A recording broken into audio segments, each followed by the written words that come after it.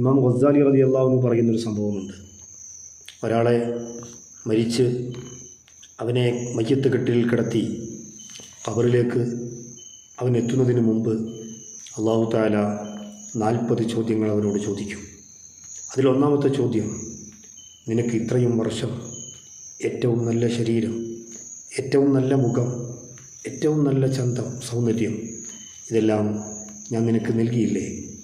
ഒരു സമയമെങ്കിലും നിൻ്റെ മനസ്സ്, ആ മനസ്സിനെ നീ ഇത്രയും മനോഹരമായ രൂപത്തിൽ, സൗന്ദര്യമുള്ള രൂപത്തിൽ, കാണാൻ ഭംഗിയുള്ള രൂപത്തിൽ, തെറ്റുകളില്ലാതെ, തിന്മകളില്ലാതെ, കളവുകളില്ലാതെ, വഞ്ചനയില്ലാതെ, പരദൂഷണങ്ങളില്ലാതെ, മറ്റു ഫിത്നകളില്ലാതെ, മുസീബത്തുകളില്ലാതെ, ഇങ്ങനെ കുഴപ്പങ്ങളില്ലാതെ ഏറ്റവും നല്ല മനസ്സിൻ്റെ ഉടമയായി നിൻ്റെ മനസ്സിനെ സംസ്കരിക്കാൻ എനിക്ക് സാധിച്ചിട്ടുണ്ടോ? ഇതാണ് ആ ചോദ്യം. ഓരോ മനുഷ്യനും ഇതിന് ഉത്തരം പറയേണ്ടി വരും എന്ന് ഇമാമുകൾ നമ്മളെ പഠിപ്പിക്കുന്നു.